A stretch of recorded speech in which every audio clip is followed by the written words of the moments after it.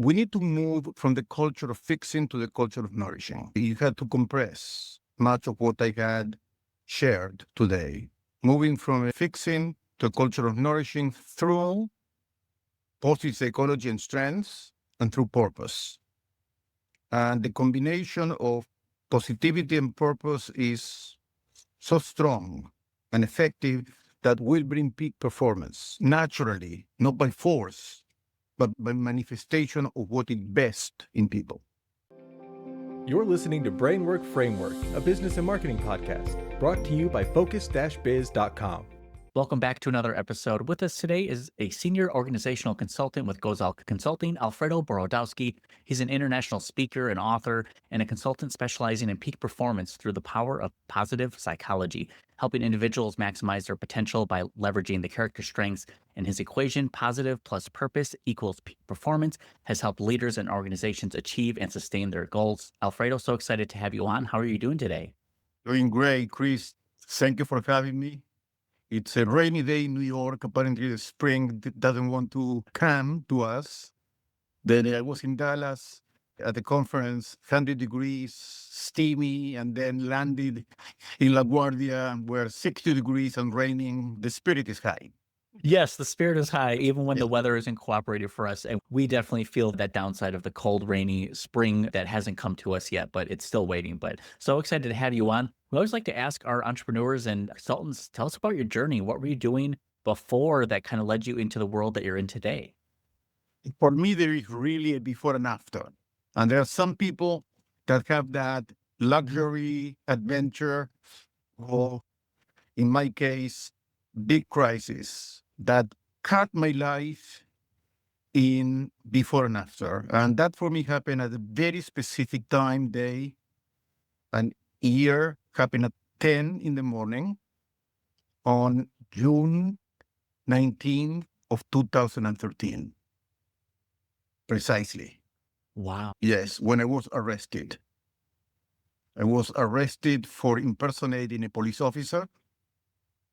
And at that point, I was a rabbi of a very prestigious congregation in Westchester, very large congregation. I was rabbi to CEOs from Prime Media, to executive vice presidents of Paramount, the CEO of MetLife. I had half of Wall Street as my congregants.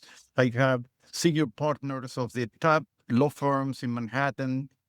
Then I was on top of the world, Chris. And I also was working for a foundation, and I had an office facing Central Park. I would come every morning, put my feet on the desk, a coffee, look through the window at Central Park. And coming from Argentina as an immigrant for low middle class in Argentina, being seated there facing Central Park, I said, I made it.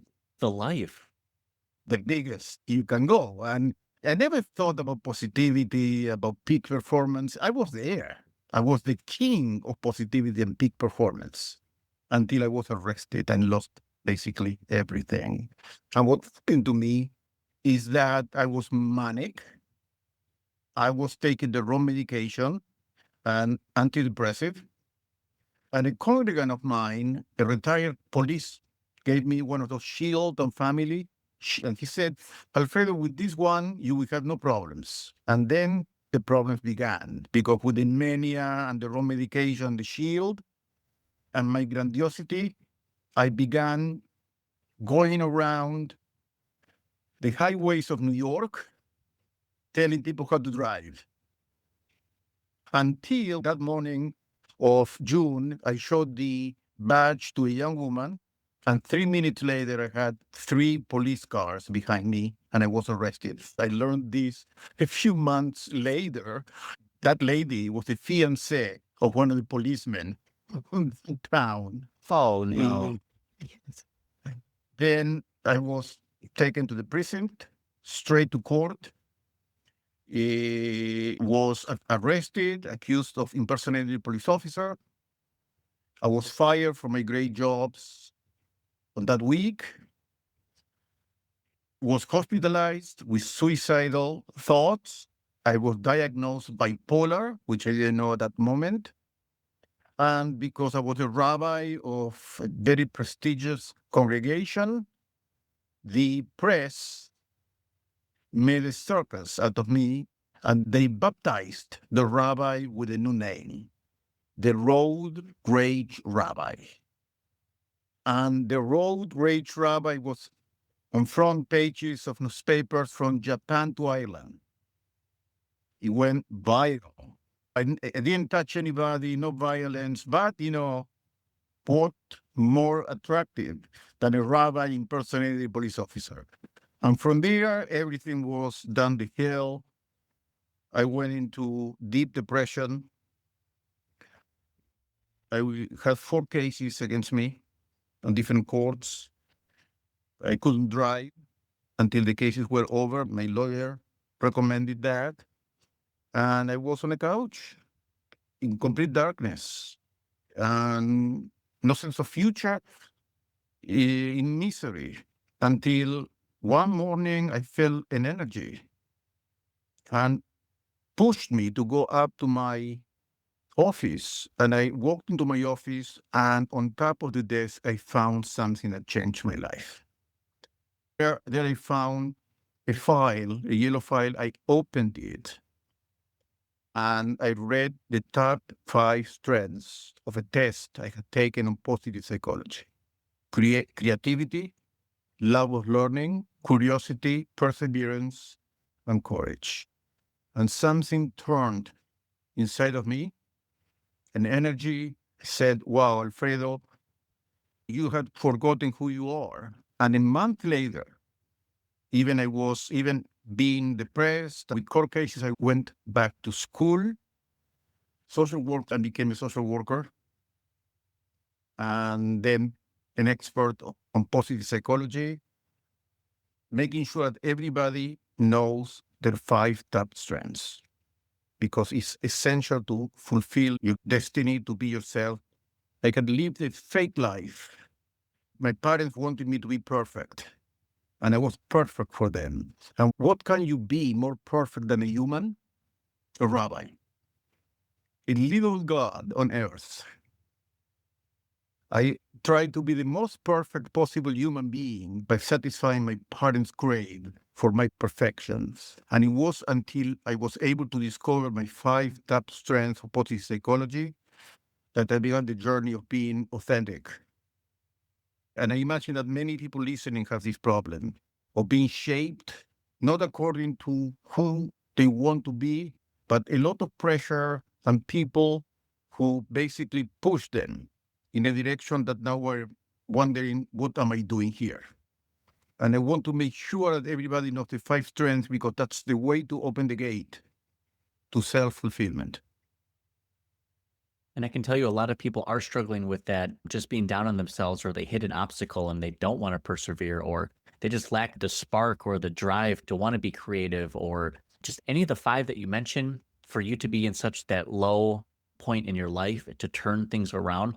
I know many other people who either went through similar things, or they're just so down on themselves that it seems so impossible for them to pick themselves up again. This to be your message that you want to connect with people. I know our audience wants to hear it. Incredible story here. Tell me more about the peak performance culture, how you're able to bring that positivity using the 5 pillars there. How does it work? How can it benefit people? Tell me all about it. Put it in a simple way. You have a leak at your basement, okay? And you call an emergency plumber.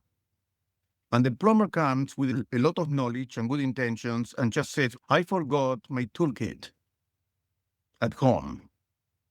You are going to go through life with a lot of good intentions and wisdom and encouragement and motivation. You don't have your toolkit. You're not going to be able to operate on peak performance. And your toolkit are your top 5 strengths of positive psychology. The 5 top strengths are the ones who you feel more authentic, motivated, use naturally, and perform best.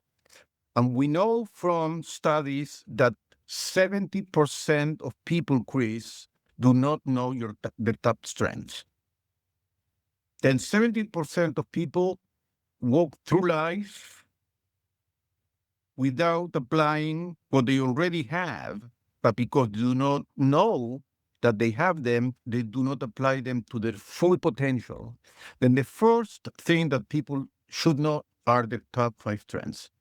And we know also from very serious studies, these were done in New Zealand with a lot of workers, that your top 5 strengths, you will operate 9 times more effectively than not knowing them. By knowing them, not applying them, just being aware, 9 times more flourishing, more effectiveness. If you apply them 19 times, then people are walking through life operating 19 times below what they naturally could do by being ignorant of what they already have.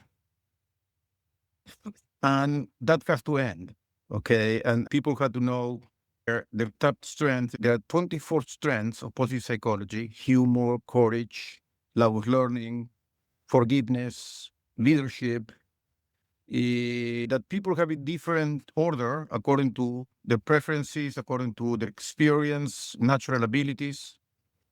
And it's amazing when you know them.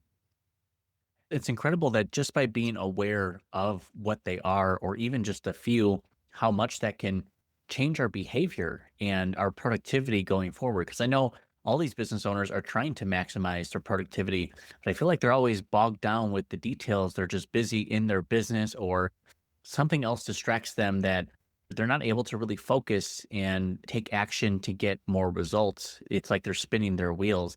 It's just a challenge for them. There's no alignment between strength and goals.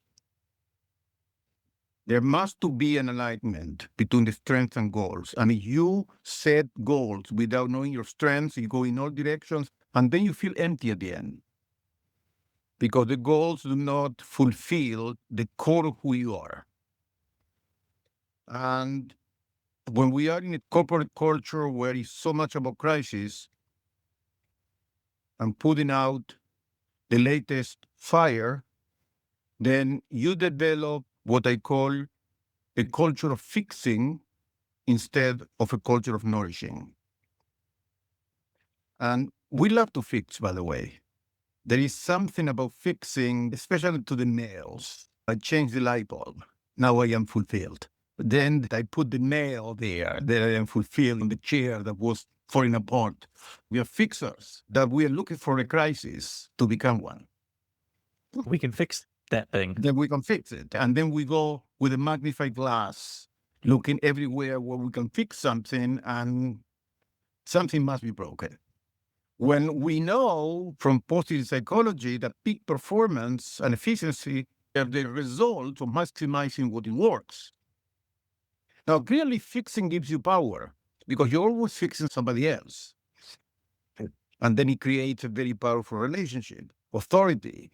Instead of nourishing, you may feel that you're losing control over the other. Okay, but we know that real peak performance is maximizing what it works. And I can see that when I go to corporations, it takes me 2 minutes just listening to the CEO or to the managers if they are on a fixing mentality or a nourishing mentality. And if I can notice that in 2 minutes, imagine the people working there every day. They've been saying it for months, and you found it out in 2 minutes. And that has to be tough for the leaders and CEOs to have that accountability to say, here's what's not right, but we can fix it if you're willing to fix. We have this idea that to fix is to achieve a goal. Usually fixing has to do with returning the crisis to a normal state. If they never really fix it. If they fix it, usually is recomposing, returning to the prior to the crisis. That's what fixing does. I fix the pipe is not leaking anymore. Nourishing is about building to the next stage of development. Then the fixing mentality is going actually to stop you while you may have the illusion that you're moving forward. While the nourishing, it takes sometimes more work, but it's going to move you forward. And usually that's done by creating a culture of strengths. And the first thing I want to do, because those listening may say, okay, Alfredo is talking about the top 5 strengths. You should know then there is blindness, 70%. Not, again, how do I know my top? Fine, I tell you. And I'm going to make it very easy for everybody. If you're listening, take your phone. I give you 3 and text the word positive 233777. Okay? And I will send you the 24 strengths of positive psychology and a few questions that will help you choose and determine your top 5 strengths. That's It takes wonderful. 50 minutes. And then I'm going to give you a couple of exercises that you can use to practice them. And those who want to go a little bit deeper, you can set a call without string attached to discuss them. But you can get them by yourself from a chart in 15 minutes by texting. And everybody should know the strengths and should give them to their family and friends, the same chart. Have discussions with your kids, what your strengths are, with your wife, what your strengths are, and begin understanding what people are good and strong at, and help them get where they want to get based on their strengths instead of going against what they are good at and have completely different life. And it's great. It's funny because after learning about the 5 pillars, knowing that there were 24, I was like, if only I could get a copy of that. Because I know so many people are willing to help themselves if they have the knowledge. And that's why I appreciate you sharing that knowledge and with the value first mindset, where let me just teach and educate people. If you want the next step, that's available. But it's not only just for you, for business owners, but it's for parents, it's for kids. These are things that we should be teaching and sharing to others, especially if it has such a positive impact on us. Teach that to other people. Let them elevate and lift themselves up too. I tell you, Chris, the self-esteem, it goes through the roof when you give it to a kid, to a spouse. Clearly, when you are on your next performance at work and you give it to somebody working with you and they talk with each other about what are your strengths, and you begin assessing somebody else on the positive, and you begin giving them tasks where there is some kind of matching between the best of the person and the best of the task. It gives potentializes things. Again, positivity plus purpose equal peak performance. It's a 2 formula. Absolutely. And I know for all of our business owners out here, it's great to have the Textiful resources. Is there anything available online, the podcast, books, YouTube, or videos that might be helpful for someone who wants to dive even deeper beyond the tips that you share? That's a timely question, Chris. There is something new on the market. It's a revolution. It's going to a game changer. It's called the purpose factor. It's a new instrument, just maybe 2-3 months old, that is the first instrument to map the purpose of a person and the purpose of a company. With 10 years of research, it's an instrument that somebody can take in 25 minutes.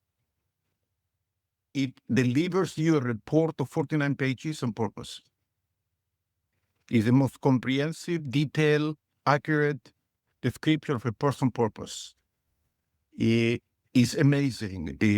I work with instruments. I work with the Myers-Briggs at corporations on styles, personality styles. I work with the VIA, Values in Action, which is about positive psychology. Now I am adding to the portfolio the purpose factor, and we get also the purpose of the person and the company. And that powerful combination, personal style, character strengths, and purpose. It's new. There are only like 200 people who are certified on that instrument. I am one of them. Then I am glad to be a pioneer, to be on the forefront of this. I give in English. I speak Spanish. I work also with South America. And I'm so glad that the Spanish version is coming out. Then I will be one of the first ones to bring the new instrument to South America. I think that's something that I can discuss with people. If they get the information that I gave, you can text me, but that's a new frontier. Purpose, and do not explore their purpose at the same time, are going to lose the core values, the direction, and all the efficiency that AI can give you. Actually, is going to create a backlash. We are seeing now spikes on depression at work as AI is being introduced. If you do not upgrade the human, you upgrade the technology, the consequences are going to be beyond negative. Then companies that need to invest and work on purpose and strength as they incorporate technology. I completely agree. And I love that your resource really focuses on what I think is just the biggest obstacle that many people face is the purpose, the why. They just get stuck and if they don't understand their why and the purpose, that gives them no direction. And they need that direction to take action. So they can feel confident in like, okay, this is the plan. This is what I'm working towards. The fact that it kind of uncovers that is that biggest first obstacle that many people face is just understanding the purpose. Consulting with the company, as I always do before going to meet them, I read as much as I could about the company and look at the website. And at the very bottom of the website, the last segment, they were the core values of the company. And with very nice graphics with the values. And I said, wow, these values are very much the values of positive psychology. And the company is a new company. They got it. Then I led a workshop on strengths and core strengths of positive psychology, and I asked how many people knew about the core values of the company. None, not even the CEO, not even executive vice presidents. They never scrolled down to the end of their own website and they said, well, people are unmotivated. That's why they brought me, lack of motivation. And I said, clearly, you had the values, you had the purpose. You just ignored it. I said, the work here is easy. There are other companies who never thought about it. Now you need to rediscover who you are. Just rediscover who you are or who you were. And when we uncover the top 5 strengths of each person at the senior management level, and then we compare their top 5 strengths of positive psychology to the strengths on the website. There were a lot of lines connected then. And I tell you, the energy went through the roof. Was an alignment between strengths and objectives. To remember, we talked about it. An alignment between strengths and objectives. And the energy went all the way up. Then we created a plan to maintain the energy, that things are sustainable, and they have been sustaining that motivation, going back to the values. It's so inspiring to hear stories like this because when you uncover those individual strengths, it's like you're giving them a voice at the table and saying, how can you best serve us, but really highlight and use all your assets? And now they're excited. One, they're listening to me. They care about what I could bring to the table. And now they want me to take action on that. And now you have this team of people putting in their best assets forward. And now you're like, okay, is there anything we can't do? Like that is such an unstoppable force. That's a lot of momentum to get a business going and to even maintain it. That's incredible. Finished with the strengths, everybody in the company becomes unique. Everybody unique has a set of strengths that brings to the table. And we create what they call a market of strengths. That's your strength, that's my strength. Let's collaborate, new collaborations, new synergies, all come out of that knowledge of how strong I am, and not the usual performance of how weak, or what I need to improve, what I am not doing well. And by the way, it works very nicely because once you feel strong, begin working on your weaknesses. That's a natural progression. But you begin with the weaknesses, you do not move to the strengths. Doesn't work both ways because you become unmotivated and frustrated. That is some And good how- advice. I find myself falling into that trap, focusing on the negative. What can I work on the bad stuff first? And I just lose all motivation. No, you have to begin first in what works. And that's a paradigm that has to be changed. Okay, had to be changed. Absolutely. And all of that really starts with us within our own minds and just learning the information and putting it into practice. But all of these are great tips and tricks. Alfredo, I want to ask, is there anything we haven't talked about yet that you want to share with our audience here? Well, we can spend lifetime talking. It's Truly. That's not a problem for me. But I tell you, I want to put things in one statement. We need to move from the culture of fixing to the culture of nourishing. You had to compress much of what I had shared today, moving from a fixing to a culture of nourishing through positive psychology and strengths and through purpose. And the combination of positivity and purpose is so strong and effective that will bring peak performance naturally, not by force, but by manifestation of what is best in people. I love it. Some great advice and tips and tricks here. I'll also have the number and links down in the show notes so you can text positive to 33777. You can get connected with all of the great value and information with Alfredo here. Thank you so much for coming on and sharing your journey, the positivity, the way you've been helping people, and how it can motivate people, especially when they're stuck in this rut of just the sadness, depression, lack of direction. How do we change that? And I feel like this is a great foundation for a lot of those people. Thank you, Chris. And look, each time I go to show, to podcast, I leave with the feeling that at least one person, I hope a lot of them, but will know the strengths, moving to the positive of their journeys. And thank you for giving me a chance to do that and asking great questions, which is essential in this kind of dialogue. Absolutely. I appreciate it. It's always great to meet other fantastic people, and the fact that they're sharing their time and knowledge with us just helps us as entrepreneurs. It helps our audience. And if there's any way we can work together and have that mutual benefit, this is what it's about: working together, sharing knowledge, and helping to lift each other up. Thank you for being a great person and bringing that positivity to the rest of the world. We need more people like you. Thank you, Chris. Thank you, everybody, for listening. We appreciate it. Thank you so much.